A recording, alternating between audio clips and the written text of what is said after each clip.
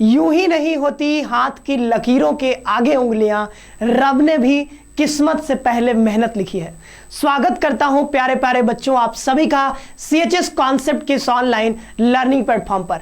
आप सभी का अब जो है एग्जाम बहुत नजदीक आ चुका है। सिर्फ और सिर्फ 20 दिनों का टाइम बचा हुआ है और इस 20 दिनों में क्या रणनीति होनी चाहिए, आप सभी का स्ट्रेटेजी क्या होना चाहिए, पूरा डे वाइज प्लान मैं लेकर के आप सभी के लिए आ गया हूं और आप सभी को बहुत मजा आएगा। आप सभी के लिए पूरा जो प्लान है अभी से लेकर के एग्जाम तक आपको क्या क्या चीजें ध्यान रखनी है A to Z मैं सारी चीजें यहां पर डिस्कस करने वाला हूं। चैनल को सब्सक्राइब करके बेल आइकन प्रेस करके रखिएगा, क्योंकि अभी आपको एग्जाम देने के बाद भी काउंसलिंग कैसे होगी वो सारी प्रक्रिया के बारे में इसी चैनल से आपको जानकारी मिलेगी। तो इस चैनल को सब्सक्राइब करके बेल आइकन सबसे पहले तो ये काम कर लीजिए, ठीक है, ताकि आपको जो भी नए वीडियो आएंगे आप सभी को पहले मिल जाए, ठीक है।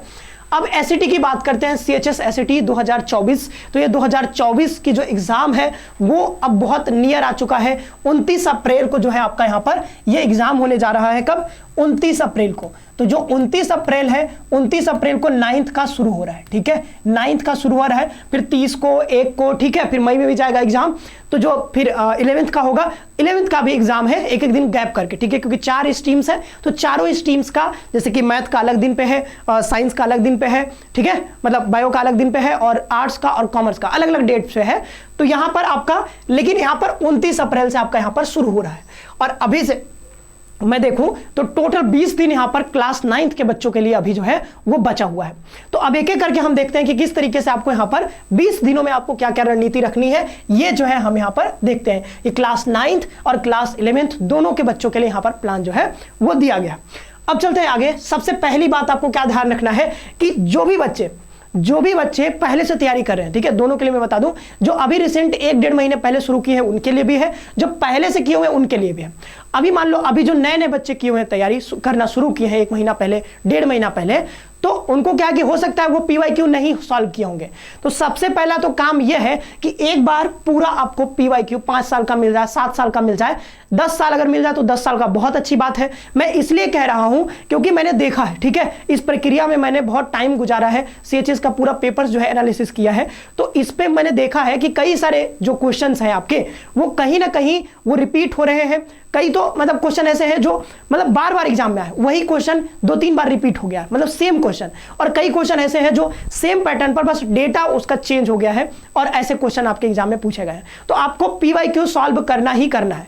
पहले अगर जो मान लो 4-5 महीना पहले से तैयारी कर रहे हैं, उन्होंने हो सकता है एक बार सॉल्व किया होगा, पर यह मैटर नहीं करता। आपने एक बार सॉल्व किया था, बहुत अच्छी बात है, लेकिन एक बार फिर से आपको सॉल्व करना है ताकि आप ज्यादा से ज्यादा स्कोर कर पाओ, ठीक है, और क्वेश्चन के पैटर्न को भली भांति एकदम डेप्थ में समझ पाओ। तो सबसे पहले तो एक बार से फिर से PYQ को देखना है। जो अभी नया तैयारी करना है वो देख लीजिएगा, सॉल्व करने की कोशिश करिए, और जो पहले से तैयारी कर रहे हैं उनको तो सॉल्व करना ही करना है। एक बार फिर से जो है PYQ यहां पे सॉल्व कर लेना है।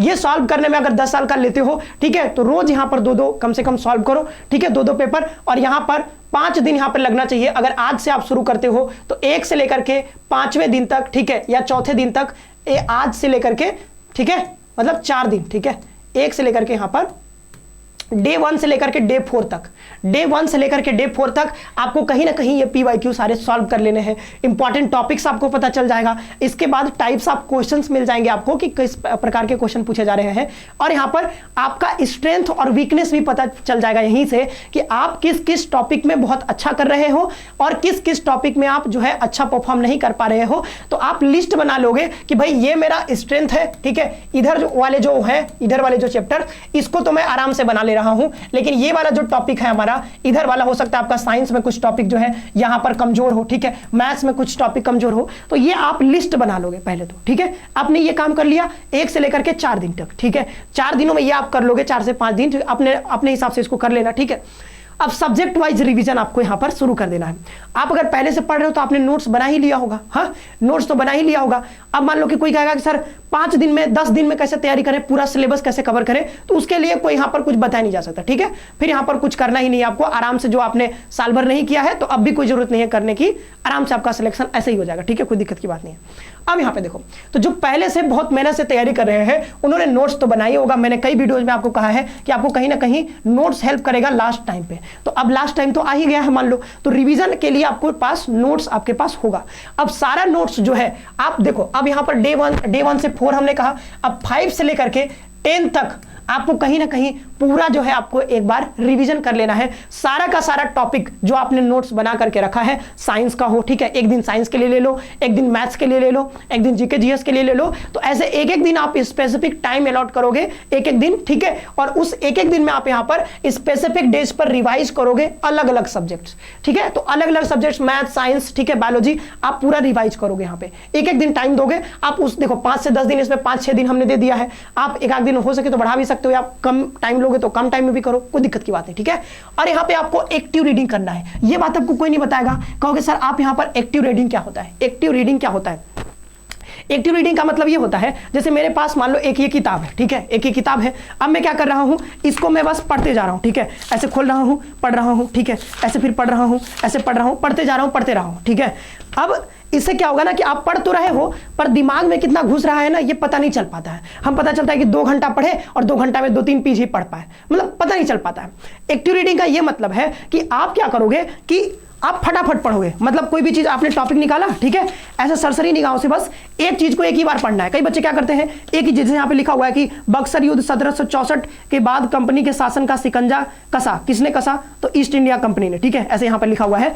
तो अब इसी को क्या बच्चे करते हैं ना, इसी को 4 बार 5 बार पढ़ेंगे, एक ही चीज को 5 बार पढ़ेंगे, एक ही चीज को, ठीक है। तो यहाँ पर एक ही चीज को आपको 5-6 बार पढ़ने से बचना है, ठीक है। आपको क्या करना है कि एक चीज को 1-2 बार पढ़ो, ठीक है, ऐसे पढ़ते पढ़ते क्या करो ना, फास्ट रीडिंग करो, फास्ट रीडिंग करो, जल्दी जल्दी पढ़ लो। तो जल्दी से आपने कर लिया रिवाइज, ठीक है, आपको सोचना नहीं ज्यादा, बस पढ़ते रहो, आपने जल्दी से मान लो रिवाइज कर लिया। अब रिवाइज करने के बाद क्या करोगे कि आपके पास पीवाईक्यू है अगर उस टॉपिक से, तो आपने क्वेश्चन रखा ही होगा पीवाईक्यू का, और उस टॉपिक को जो आपने पढ़ा है, जैसे आपने रेशियो एंड प्रोपोर्शन पढ़ा, ठीक है, रेशियो और प्रोपोर्शन पढ़ा, ठीक है, रेशियो प्रोपोर्शन पढ़ा। अब रेशियो प्रोपोर्शन का आपने टॉपिक को रिवाइज कर लिया, तो आपने तुरंत रिवाइज कर लिया, ठीक है, आपको टाइम ज्यादा नहीं लगाना है, तुरंत आपने एक बार पढ़ा, खत्म। अब क्या करना है आपको कि रेशियो और प्रोपोर्शन का क्वेश्चन सॉल्व करना है फटाक से। आपने जैसे रिवाइज किया टॉपिक को, वैसे आप क्या कर रहे हैं, यहां पर सॉल्व कर रहे हैं क्वेश्चन। इससे क्या होगा ना कि आपका दिमाग एकदम एक्टिव रहेगा, आपको पता रहेगा कि आपको कौन कौन सा चीजें जो ध्यान रखना है जो कि एग्जाम में आने वाला है। तो यहां पर आप जब इस तरीके से रीडिंग करोगे तो आप कहीं ना कहीं अपना सिलेबस बहुत कम टाइम पे रिवाइज कर पाओगे। हिंदी आपने पढ़ा, हिंदी को फटाफट से रिवाइज कर लिया, अब पीवाईक्यू निकाला फटाक से, ठीक है, मतलब कि 10 मिनट में रिवाइज किया, फटाक से पूरा टॉपिक रिवाइज कर लिया 10 मिनट में, और फिर पीवाईक्यू अपने सामने रखा, मॉक टेस्ट का क्वेश्चन रखा, ठीक है, कहीं से बुक लिया उसका क्वेश्चन रखा, और जल्दी जल्दी से सॉल्व कर रहे हैं, ठीक है, जल्दी जल्दी से सॉल्व कर रहे हैं। तो ऐसे जो तैयारी होगी ना, आपका फुल प्रूफ तैयारी होगा, और कम टाइम में आप ज्यादा से ज्यादा यहाँ पे रिवीजन कर पाओगे। तो इस तरीके से आप यहाँ पर आपको रिवीजन करना है। रिवीजन का बेस्ट तरीका है जल्दी जल्दी रिवाइज करने का, ठीक है, वो नहीं कि आप मतलब बस पढ़े जा रहे हो, पता नहीं चल रहा है आप कितना आ रहा है कितना नहीं आ रहा है, भूलते जा रहे हो पीछे वाला, तो वो नहीं काम करना है। यहाँ पर एक्टिव रीडिंग करना है आपको, कहीं ना कहीं क्वेश्चन को साथ में लेकर के, तब यहाँ पे, ताकि दिमाग आपका एकदम एक्टिव रहे, एकदम पता रहे कि भाई कौन सा पिन पॉइंट एकदम तैयारी करना है कि वही वाला जो है क्वेश्चन आने वाला है मान लो, तो हम जो है पूरा जो है पीवाईक्यू देखते हुए जो है इसका रिवीजन करेंगे, ठीक है। तो तुरंत रिवीजन किया, तुरंत क्वेश्चन लगाया, क्वेश्चन देखा, रिवीजन किया, ठीक है, इस तरीके से यहाँ पर। या फिर ऐसा भी कर सकते हो, पहले कोई टॉपिक जा रहे हो रिवाइज करने, उससे पहले आप क्वेश्चन देख लो सारा कि किस प्रकार का क्वेश्चन आया हुआ है अब तक, ठीक है, तो वो क्वेश्चन देख लो फिर रिवाइज करो, तो तुरंत आप रिवाइज कर पाओगे, जल्दी रिवाइज कर पाओगे, ठीक है, दिमाग आपका एकदम एक्टिव रहेगा। तो ये हमने ये बता दिया। आगे बढ़ते हैं, ये प्रैक्टिस मॉक टेस्ट, भाई ये तो बहुत जरूरी है। पिछले वीडियो में भी हमने बताया था, जो हमने 30 दिन का स्ट्रेटेजी बताया था, यहां पर हम अब रिवीजन हो गया, और रिवीजन के बाद आपने रिवीजन कर लिया, अब रिवीजन के बाद जरूरी होता है कि प्रैक्टिस करना है आपको। रिवीजन कर लिया, अब प्रैक्टिस करना है, तो मॉक टेस्ट आपको देना होगा, फुल लेंथ मॉक टेस्ट, और यहां पर फुल लेंथ मॉक टेस्ट भी देना है, और एकदम उस इन्वायरमेंट में आपको बैठना है, उस कंडीशंस में आपको बैठना है जिस कंडीशन में आप एग्जाम में बैठने वाले हो, ठीक है। बिल्कुल मान लो कि आप 2 घंटे का पेपर है, तो 2 घंटे के लिए एकदम एक जगह पर बैठ जाओगे, टेबल कुर्सी लगा करके, आपको कहीं भी नहीं जाना है। उस बीच 2 घंटे जैसे एग्जाम में बैठोगे, 2 घंटे जो है पानी वानी पी सकते हो, उसके लिए कोई दिक्कत नहीं है। 2 घंटे एकदम बैठ करके सिर्फ और सिर्फ 100 क्वेश्चन पूरा सॉल्व करोगे, क्योंकि 100 क्वेश्चन आते हैं, तो फुल लेंथ मॉक टेस्ट आपको देना है, क्योंकि आप टाइम कम है, तो कहीं ना कहीं अब आपको फुल लेंथ मॉक टेस्ट देना होगा। और जो भी यहां से गलतियां करोगे, ठीक है, जो भी गलतियां करोगे, देखो आप मॉक टेस्ट देते हो, मॉक टेस्ट में आपका मान लो 80 नंबर आ जाता है, तो इसका कोई मतलब नहीं, आपका 80 नंबर आ गया और आपने फिर दोबारा से उसको एनालाइज नहीं किया, एनालिसिस नहीं किया, विश्लेषण नहीं किया आपने कि जो 20 क्वेश्चन गलत हुए हैं वो 20 क्वेश्चन क्यों गलत हुए हैं, और वहां से अगर आप कुछ सीख नहीं रहे हो, लर्न नहीं कर रहे हो, तो मॉक टेस्ट जो है वो फालतू का हो गया, ठीक है, वेस्ट हो गया, वेस्ट ऑफ टाइम हो गया, वहां से फिर आप कुछ सीखे ही नहीं, तो क्या मतलब है मॉक टेस्ट देने का? मॉक टेस्ट देने का मतलब ये कि भाई मॉक टेस्ट दो आप, और उसके बाद यहाँ पे जो क्वेश्चन आप सॉल्व नहीं कर पाए हो उसको तुरंत से अपने बुक से, नोट से, कहीं से भी अपने दोस्त से पूछो उसको कि भाई इसका क्या आंसर होगा, फटाफट से उसका आंसर ढूंढो और उसको जल्दी से जो अपने नोट्स में ऐड करके उसको एक दो बार रिवाइज कर लो, ताकि वो चीज अगर एग्जाम में आ जाए, रियल एग्जाम में, तो आप उसको कर पाओ, ठीक है। तो फुल लेंथ मॉक टेस्ट यहाँ पे आपको देना होगा, और कहीं ना कहीं मॉक टेस्ट हमारा भी जो है जल्दी ही लॉन्च होने वाला है, तो आप उसमें भी इनरोल कर सकते हो, ठीक है। हमने प्राइस बहुत कम रखी है, ठीक है, 5 से 7 आपको, लगभग 5 के आसपास आपको मॉक टेस्ट यहाँ पर फुल लेंथ मॉक टेस्ट आपको मिलने वाला है, ठीक है। तो आगे बढ़ते हैं, ये रहा यहाँ पे चौथा।